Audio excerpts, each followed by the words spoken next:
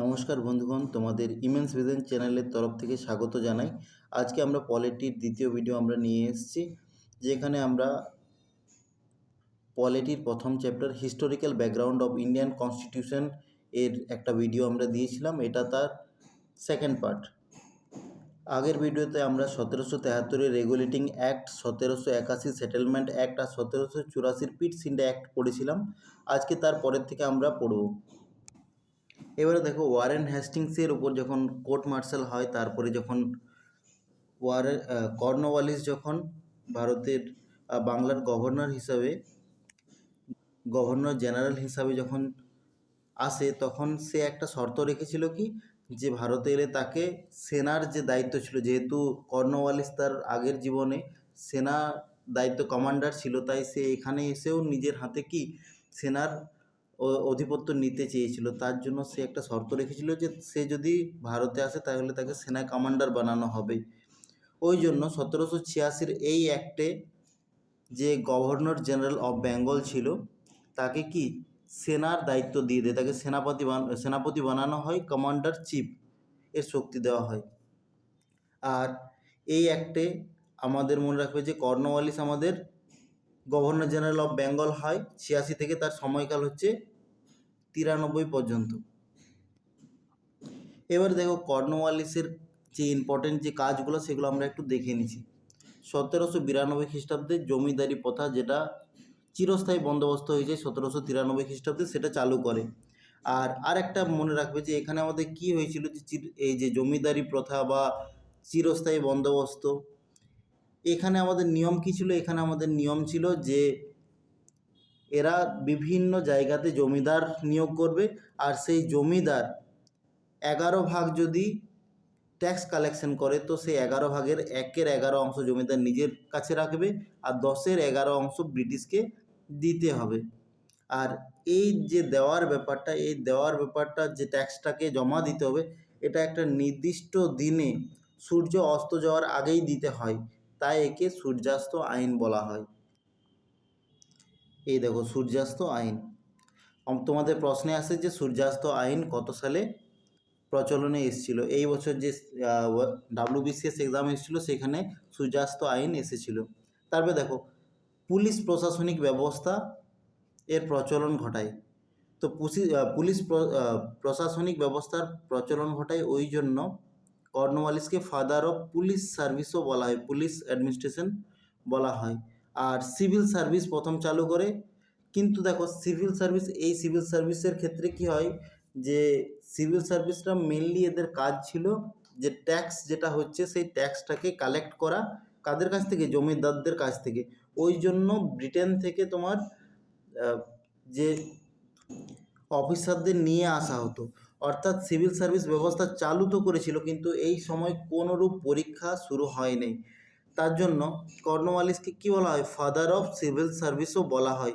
আর civil service ব্যবস্থা এই সময় থেকেই ভারতে শুরু হয়। আর একটা জিনিস মাথায় রাখবে, যে পুলিশ ব্যবস্থা যেরূপ চালু হলো, তো পুলিশদের প্রশাসনের জন্য কোনো একটা নিয়ম বিধি দরকার। ওই জন্য কর্নওয়ালিস একটা আইন কানুন ব্যবস্থা প্রচলন করেছিল, যেটাকে বলা হয় কর্নওয়ালিস কোড। তারপরে দেখো, 1793 চার্টার অ্যাক্ট। মনে রাখবে যে এই সময় থেকে আমাদের একটা নতুন অ্যাক্ট চালু হলো, যেটাকে বলা হয় চার্টার অ্যাক্ট। বাংলাতে এটাকে বলা হয় সনদ আইন। যদি প্রশ্নে আসে যে প্রথম সনদ আইন কোনটা, তাহলে 1793 এর সনদ আইন হচ্ছে আমাদের প্রথম সনদ আইন। আর এটা কি প্রত্যেক 20 বছর পর পর আমাদের এটা লাগু হতো। প্রত্যেক 20 বছর পর পর নতুন সনদ আইন আমাদের আসতো। আর যদি বলা হয় সবচেয়ে শেষ সনদ আইন কোনটা, তাহলে মনে রাখবে, তাহলে 1753 যে সনদ আইনটা, সেটা হচ্ছে সবচেয়ে শেষ সনদ আইন। আর সবচেয়ে প্রথম সনদ আইন হচ্ছে 1793 সনদ আইন। এই যে প্রথম সনদ আইন, এই সনদ আইন অনুযায়ী ইস্ট ইন্ডিয়া কোম্পানিকে যে কর তারা যেটা দিত, তার থেকে অতিরিক্ত 5 লক্ষ পাউন্ড কর প্রতি বর্ষে তাদের সরকারকে দিতে হবে। আর এর আগে যে বোর্ড অফ কন্ট্রোলের যে বেতন ছিল, বেতনটা কে দিত? যে ব্রিটেন গভর্নমেন্ট দিত। সেই বোর্ড অফ কন্ট্রোলের যে বেতনটা, সেটাকে ইস্ট ইন্ডিয়া কোম্পানি এরপর থেকে প্রদান করবে। 1793 পরে আমাদের যদি 20 বছর অ্যাড করি তাহলে আমাদের কত হচ্ছে 1813। 1813 সনদ আইন হচ্ছে আমাদের দ্বিতীয় সনদ আইন। দ্বিতীয় সনদ আইন হচ্ছে আমাদের 1813। এখানে কি করা হয়, এখানে আমাদের যে একাধিকার যেটাকে বলা হয় মনোপলি, মানে কোনো একটা জায়গাতে একজন শুধু ব্যবসা যদি করে সেটা হচ্ছে তার মনোপলি, মানে ওখানে অন্য কেউ আর ব্যবসা করতে পারবে না।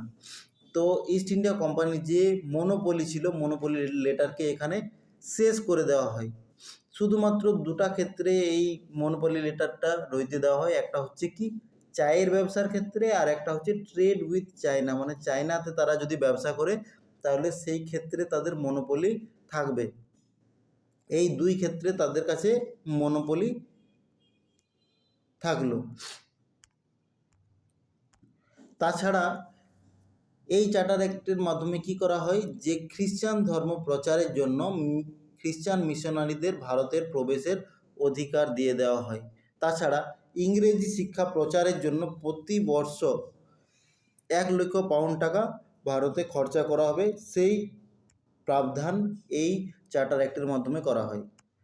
তার 20 বর্ষ পরে আমাদের তৃতীয় চার্টার অ্যাক্ট, যেটা হচ্ছে 1833-এর চার্টার অ্যাক্ট, সেটা আমাদের লাগু করা হয়।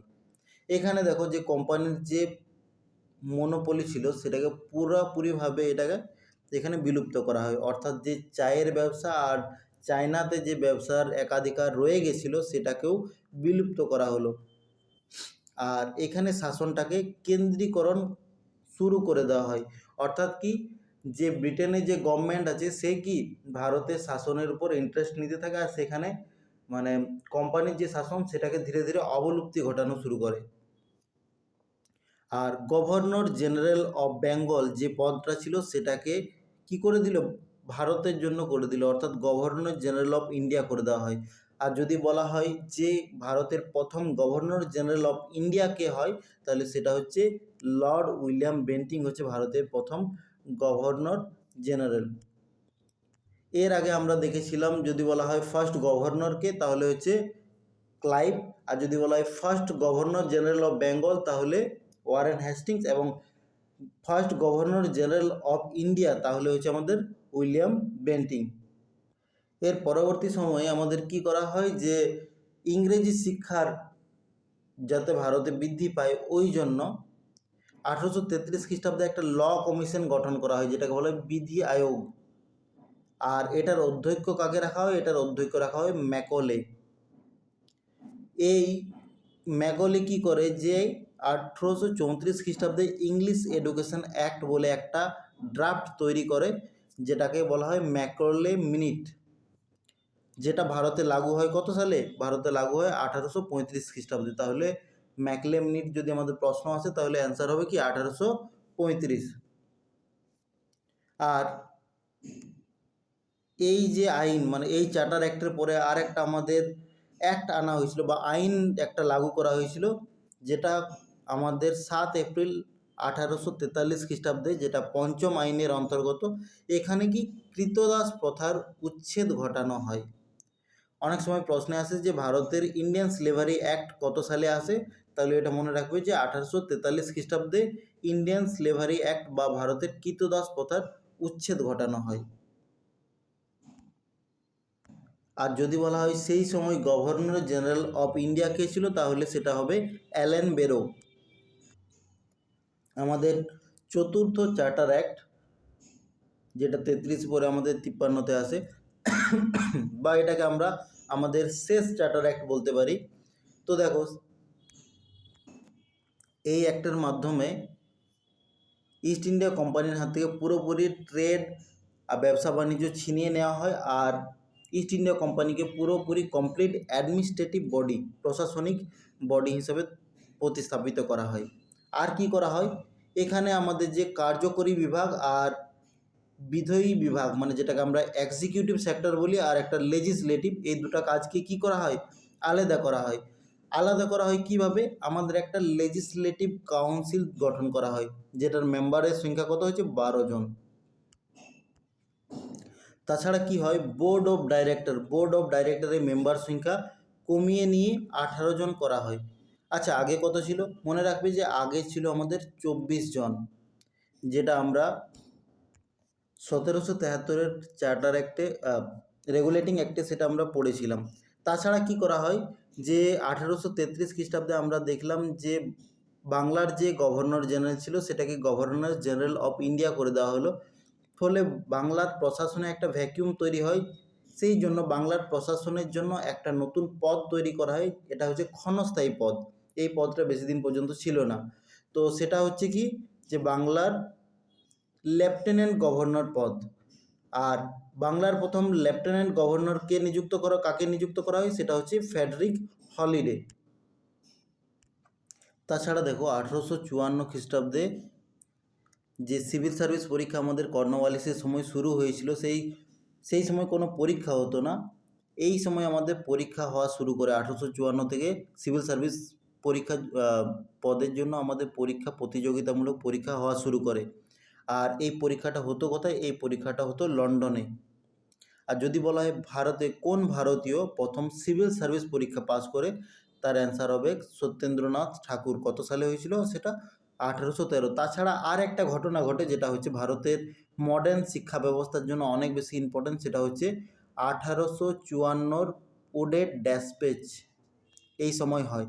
আর এই যে ঘটনাটা আমরা পড়ছি যে চতুর্থ চার্টার অ্যাক্ট 1853 যেটা আমাদের এসেছে, এটা কোন ভারতীয় গভর্নর জেনারেলের সময় এসেছিল? এটা মনে রাখবে, লর্ড ডালহৌসির সময় এটা এসেছিল।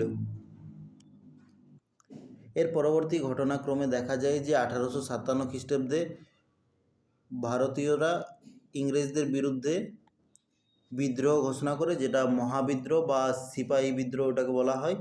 এর পরবর্তী সময়ে ইস্ট ইন্ডিয়া কোম্পানির হাত থেকে প্রশাসনিক পুরোটা ক্রাউনের কাছে অর্থাৎ ব্রিটেনের যে গভর্নমেন্ট সেখানে হস্তান্তরিত হয়। আর এরপরে যে আমরা রুলগুলো পড়বো সেগুলো আমাদের কি?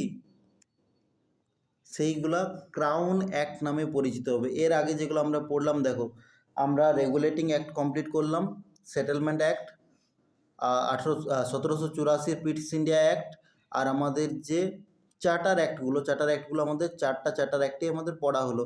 এরপরে যে অ্যাক্টগুলো আমরা পড়বো 1857 পর থেকে, সেইগুলো হচ্ছে কি? ক্রাউন অ্যাক্ট, অর্থাৎ ব্রিটেনের গভর্নমেন্ট থেকে এই অ্যাক্টগুলা সরাসরিভাবে ভারতের উপর লাগু হবে।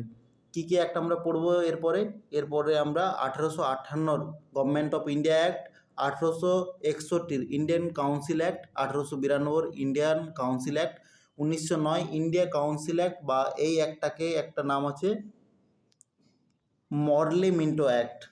নেক্সট হচ্ছে 1919 গভর্নমেন্ট অফ ইন্ডিয়া অ্যাক্ট, এটার নাম হচ্ছে মন্টেগু চেমসফোর্ড অ্যাক্ট। আর 1935 গভর্নমেন্ট অফ ইন্ডিয়া অ্যাক্ট। এই অ্যাক্টগুলো আমরা ক্রাউন অ্যাক্টের আন্ডারে পড়বো। তো পরবর্তী ভিডিওতে আমাদের এই অ্যাক্টগুলো আমাদের পড়া হবে। তো আজকে তোমরা যারা পুরো ভিডিওটা দেখলে, যদি আগের ভিডিও না দেখে থাকো অবশ্যই দেখে নেবে, তোমাদের এই ভিডিওতে লিঙ্ক দেওয়া থাকবে, অথবা তোমরা প্লে লিস্টে গিয়ে দেখতে পারো, পলিটি বলে যে প্লে লিস্টটা থাকবে সেখানে তোমরা পেয়ে যাবে। কেউ যদি নতুন থাকো তো অবশ্যই চ্যানেলটাকে সাবস্ক্রাইব করে নেবে, আর ভিডিওটাকে অবশ্যই লাইক করে নেবে। আমাদের পরবর্তী ভিডিও খুব তাড়াতাড়ি আসতে চলেছে।